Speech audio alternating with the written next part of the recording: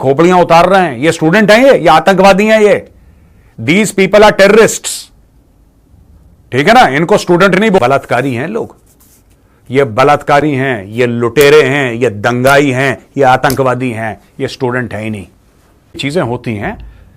अभी दोस्तों फिर रिपब्लिक डे आएगा जनवरी में, कड़ाके की सर्दी दिल्ली में, और वहां पे हम दिखाएंगे Arjun tank, T-90, T-72, Pinaka, तेजस, फलाना ढिमका।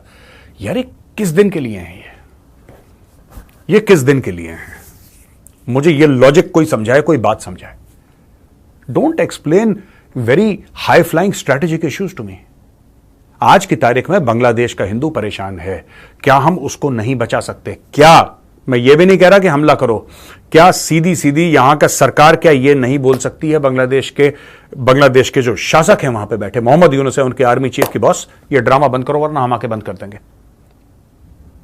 बोलो आप उनको बोलो कि this country is a gift of the Indian army, the navy and the air force. Your country is a gift. बदतमीजी करोगे ना, लीज खत्म कर देंगे। मैं बता रहा हूं, India can do it, India can do it. क्यों नहीं कर रहे मुझे नहीं पता, होंगी कुछ मजबूरियां, आई एम नॉट अवेयर। मैं इतना नॉलेजेबल नहीं हूं कि मैं आपको हर एक चीज के बारे में बता दूं, लेकिन ये करना चाहिए यार। वहां से चीख पुकार हो रही है, वहां पे बॉर्डर पे, यानी कि इंटरनेशनल बॉर्डर पे 150 से लेकर 200 बंदे आ गए इंडिया के अंदर घुसने के चक्कर में। कहते हैं कि यार हमारी जान खतरे में। बीएसएफ को जो हुक्म था, बीएसएफ ने उनको पीछे ढकेल दिया। बीएसएफ ने बोला जाओ, फिर वो बांग्लादेश के जो बॉर्डर गार्ड्स थे वो आए और उनको ले गए उठा के, और ये सब ड्रामा बॉर्डर में हो रहा है। क्या ये चीजें और भी होंगी? बिल्कुल और होंगी दोस्तों, ये बिल्कुल चीजें होंगी, क्योंकि ये जो बंदा है मोहम्मद यूनुस, हो सकता है बड़ा इंटेलिजेंट हो सकता है बड़ा काबिल हो, बड़ा लायक हो, लेकिन लीडरशिप के लिए ना दोस्तों, लीडरशिप के लिए आपकी जो रीढ़ की हड्डी है ना, वो बिल्कुल लोहे जैसी होनी चाहिए। लीडर को टफ होना चाहिए। जरूरी नहीं कि लीडर बहुत ज्यादा सुपर इंटेलिजेंट हो, इंटेलिजेंस इज रिक्वायर्ड, पर मोर देन दैट ना, टफनेस इज रिक्वायर्ड। तब आपकी लीडरशिप सामने आती है, हाउ टफ यू आर।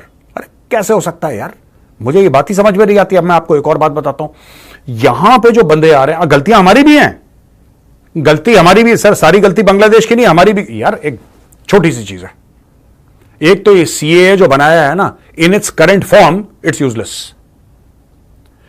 साफ सीधी बात है, मैं आपको बताता हूं, पॉलिसी वाइज देखिए, पॉलिसी यह होनी चाहिए कि कहीं भी हिंदू पैदा हुआ हो पूरी दुनिया में, अगर उसका धर्म हिंदू है, वो मॉरिशस में हो, वो अमेरिका में हो, वो कनाडा में हो, वो बांग्लादेश में हो, वो पाकिस्तान में हो, वो अफगानिस्तान में हो, वो दुनिया के किसी भी, आई थिंक 200 ऑड कंट्रीज हैं, किसी भी देश का हो, अगर वो धर्म से हिंदू है तो उसका अधिकार बनता है भारत की सिटीजनशिप लेने का, भारत की नागरिकता का उसका अधिकार है, ये उसका फंडामेंटल राइट है।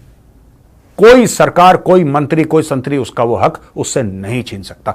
This should be the law, not कि 2014 के पहले जो आए थे और यहां पे रहे थे, फिर हम उनको 50% टाइम के, हम लोग क्यों इतना माफी मांगते हैं, भाई साहब माफ कर दो, मैं हिंदू, भाई साहब थोड़ी सी गलती हो गई यार। Why are we always like this यार? ठोक के बोलो, किसका बाप रोक रहा है यार? किसका बाप रोक सकता है आपको? आप बोलो ठोक के। यहां पे आपने हिंदुओं की बात कर, मेजर यू आर कम्युनल, तुम हिंदुओं की बात, और किसकी बात करूं? कौन मर रहा है बांग्लादेश में? रिलीजियस वायलेंस किसके खिलाफ हो रहा है? किसके खिलाफ हो रहा है? फिलिस्तीनी मर जाए यहां पे, छाती पीटने लग जाते हैं दिल्ली में यार लोग। पता नहीं, तुमने कभी देखा नहीं फिलिस्तीन, तुम्हारा कभी लेना एक न लेना दो, हाय हाय हाय हाय, बड़ा ये हो गया। और वहां पे ऑल आइज ऑन बांग्लादेश, बोलो ना, मौत आ गई, मौत आ गई, ऑल आइज ऑन बांग्लादेश। क्यों नहीं बोलते? राफा, इनके बाप ने नहीं सुना राफा कहां पे है? All eyes on Rafah, all eyes on Rafah. ठोको वहां पे, जो चल रहा है इजराइल ठीक कर रहा है एकदम बिल्कुल, all eyes on Rafah. Bangladesh में जो हिंदू सफर कर रहे हैं उनका दर्द किसी को समझ में नहीं आ रहा। वो चलता है यार, हिंदू है, मर गया तो मर गया यार, क्या फर्क पड़ता है। मैं एक और बात बताता हूं, बॉर्डर खोलिए भारत के, सीमा सुरक्षा बल को वहां पे आर्मी लगाइए, बीएसएफ लगाइए, और बोलिए कि जितने भी हिंदू हैं वो भारत आ सकते हैं, इनके कैंप्स बनाइए। आपको 2-3 स्टेट्स में देखिए कहां पे इनके कैंप्स बना सकते हैं आप इनके कैंप बनाइए, ठीक है जी। और बीएसएफ बनाएगी, आर्मी बनाएगी, रातों रात इनके लिए कैंप बनाइए और आने दीजिए लोगों को, जो भी हैं। उनका आई कार्ड चेक करिए वो हिंदू हैं and they should be allowed to come into the country. यार एक बात बताओ, मुझे एक बात बताओ यार, अब लोग बोलेंगे मेजर आप भेदभाव कर रहे हो और हम तो सेक्युलर देश हैं। एक बात बताओ, इतने यहां पे लाखों रोहिंग्या आ गए, किसी ने नहीं रोका यार। लाखों बांग्लादेशी मुसलमान आ गए, किसी ने नहीं रोका, किसी ने नहीं रोका। भर गया नोएडा पूरा बांग्लादेशियों से यार, पूरा नोएडा भरा हुआ बांग्लादेशियों से। और नोएडा एक शहर है भाई जहां पे मैं रहता हूं, इसलिए मैं बोलता हूं, चीखता हूं उसके बारे में। तुम्हारे दिल्ली में भर गए, तुम्हारे जम्मू में भर गए, कहां पे रोहिंग्या नहीं है, कहां पे बांग्लादेशी नहीं है, ये कहां से आ रहे हैं? आते ही अरे आपका स्वागत है भाई साहब, आप फलाने फलाने, हां आज से आपको बोलना आप मालदा के हो। अच्छा मालदा का बोलना, मालदा क्या है? एक डिस्ट्रिक्ट है, आप मालदा के हो, ठीक है, कोई दिक्कत नहीं है। अब ये रहा आपका आधार कार्ड, ये रहा आपका पैन कार्ड, 1 महीना रुक जाओ, पासपोर्ट बना देंगे, you will become an Indian citizen. कहानी खत्म। कोई सिटीजनशिप का सर्टिफिकेट तोड़ना होता है? अगर आपके पास आधार कार्ड है, आपके पास पैन कार्ड है, कहानी खत्म। पैन कार्ड और आधार कार्ड लेके आपका बैंक अकाउंट खुल जाएगा, बैंक अकाउंट खुल जाएगा। यही लोग सरकारी स्कीम का फायदा उठाएंगे और मुझे उसकी भी कोई दिक्कत नहीं है। बात यह है कि दीज आर इलीगल, ये लोग इलीगल है, इनको निकाल के बाहर फेंको, ये पॉइंट है। सरकार की स्कीम वीम तो बाद की बात है, वो हम कर नहीं रहे। हम हिंदुओं को, तुम जाओ वापस। क्यों? क्योंकि अगर हमने हिंदुओं को बोला कि तुम आ जाओ, तो कोई ना कोई दुनिया में यह बोल देगा हम कम्युनल हैं, है ना। हिंदुओं के हित में बात करना इतना बड़ा गुनाह हो गया, इतना मेजर एक क्राइम हो गया कि you are speaking for Hindus.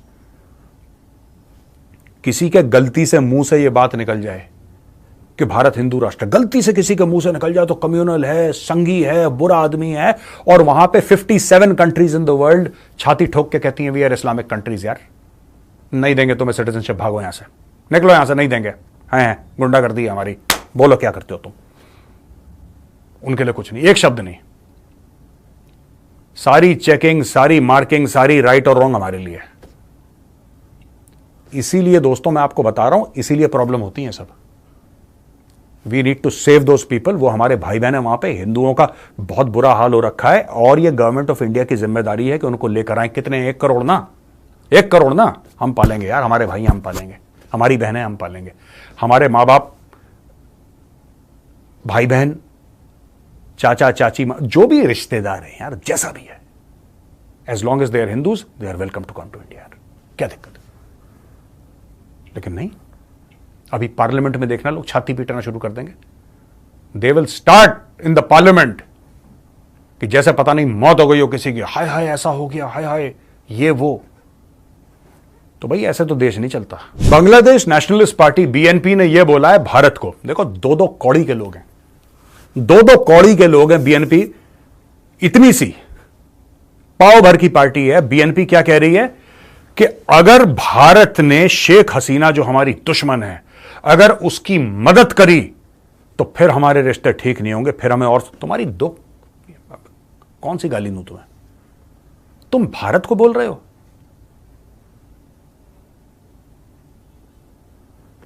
अबे भूखे नंगो, तुम भारत को बोल रहे हो? बीएनपी वालों, तुम्हारी इतनी औकात हो गई है? यहां से कोई तुम्हें जवाब नहीं दे रहा, यहां से सब लोग चुप बैठे हैं क्योंकि we have always looked at Bangladesh as a friendly country. But don't push our patience, don't test our limits, ये सब मत करो। फिर जब यहां से मार पड़ेगी फिर विक्टिम कार्ड खेलोगे, फिर तुम इस्लामोफोबिया बोलोगे जब यहां से मार पड़ेगी तो, और सीधा पड़ेगी ढाका में मार। फिर रोना मत, फिर छाती मत पीटना कि गड़बड़ हो गई, गड़बड़ हो गई, गड़बड़ हो गई।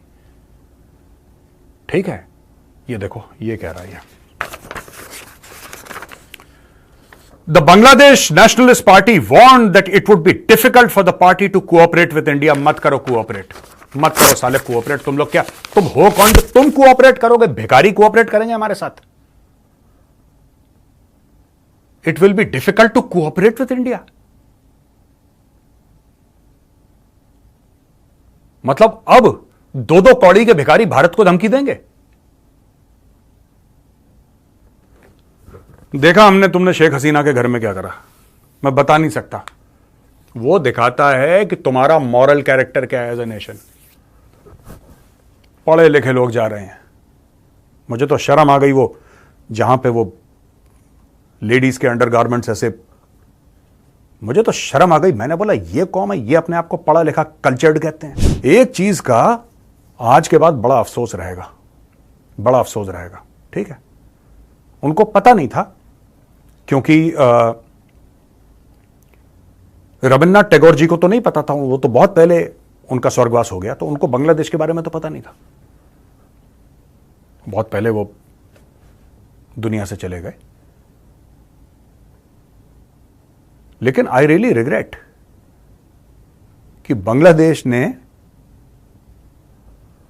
गुरुदेव रविंद्रनाथ टैगोर के लिखे हुए गाने को अपना नेशनल एंथम बनाया। आई रियली रिग्रेट यार, मुझे बड़ा बुरा लग रहा है।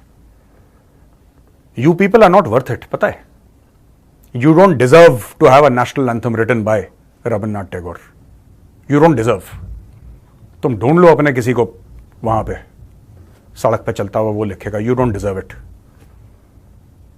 मैं बता रहा हूं, जब से तुम लोगों ने अपना वहशीपना दिखाया ना हिंदुओं के खिलाफ, यार बाय गॉड मैं बता रहा हूं दोस्तों, मेरे ना दिल से उतर गए ये लोग यार, ये बांग्लादेशी मेरे दिल से उतर गए। आई हैड ऑलवेज, मैंने पुराने वीडियोस देखना, मैंने हर समय तारीफ करी है। आई हैव ऑलवेज प्रेज्ड कि हमारे भाई हैं, we should not behave like the elder brother. मैंने खुद बोला यार, मैंने खुद बोला, 50 बार बोला अपने वीडियो में। लेकिन अब ये देश मेरे दिल से उतर गया, नॉट वर्थ इट। जब मौका आएगा ना, भगवान करे मोदी जी आपके जो 5 साल हैं उसी में एक बार बांग्लादेश को ऐसा टाइट करना, ऐसा टाइट करना कि ढाका से चीखें निकले और गौरव आर्या को नोएडा में सुनाई दे। एक बार हो जाए ना मोदी जी, मेरे कलेजे को ठंड पड़ जाएगी। दोस्तों हम लेते हैं सवाल और जवाब। लक्ष्मी चंद शाह कहते हैं कि हमने कई लड़ाइयां लड़ी पाकिस्तान से, बट भारत ने कभी कंपनसेशन नहीं मांगा वॉर का जो कि पाकिस्तान ने शुरू करा था। क्यों? भिखारियों से कौन सा कंपनसेशन मांगते हैं लक्ष्मी चंद जी? उनकी खुद जेब फटी है, खाने को उनको है नहीं, लड़ाई लड़ाई करने आ जाते हैं, 4 जूते हम मारते हैं, अपने पैरों के पीछे पूंछ भजा के कूं कूं करके भाग जाते हैं। वो इनसे कंपनसेशन मांगना, मरे को और मारेंगे। आयुष त्रिपाठी जी कह रहे हैं कि अभी एक वीडियो आया जहां पे एक बांग्लादेशी यूट्यूबर टनल दिखा रहा है जिसमें वो कह रहा है कि ये इन्फिल्ट्रेट इनटू इंडिया कर रहे हैं इस टनल से। क्या ये सही है कहना कि ये पाकिस्तान के ट्रेन टेररिस्ट जो हैं ये टनल से आ रहे हैं और जम्मू में अटैक कर रहे हैं? यार भाई, कहां वेस्ट बंगाल, कहां जम्मू, ये कौन सा टनल है? आप 10 न्यूक्लियर वेपन भी मार दोगे ना तब भी इतना बड़ा टनल नहीं बनेगा। 10 न्यूक्लियर वेपन मार दोगे आप, 100 मार दो न्यूक्लियर वेपन, तब जाके इतना लंबा टनल नहीं बनेगा। ये पता नहीं ये कौन है पगला यूट्यूबर यार, बांग्लादेशी अजीब अजीब सी बात कर रहा है। और अगर वो सिर्फ ये कह रहा है कि एक टनल बना है बांग्लादेश से इंडिया, तो उस यूट्यूबर को कमेंट्स में जाकर जरूर लिखना कि तुझे शर्म नहीं आती, शर्म नहीं आती, जन्म के स्मगलर, शर्म नहीं आती टनल बना के दूसरे देश में। ये पता नहीं, ये इनका देश बनने से पहले भी घुसपैठिए थे ये जो बांग्लादेशी थे, जब ये ईस्ट पाकिस्तान था तब के घुसपैठिए हैं, ये तब के घुसपैठिए हैं, ये यही काम करते हैं, इनका फुल टाइम प्रोफेशन यही है। गोविंद गुप्ता जी कह रहे हैं सर बांग्लादेश की हालत देखते हुए क्या हमें 2.5 फ्रंट वॉर की जगह 3.5 फ्रंट? अब देखिए ना गुप्ता जी, मैं आपको बात बताता हूं, बात वो नहीं है, बात यह है कि लोग याद क्या रखेंगे, राइट?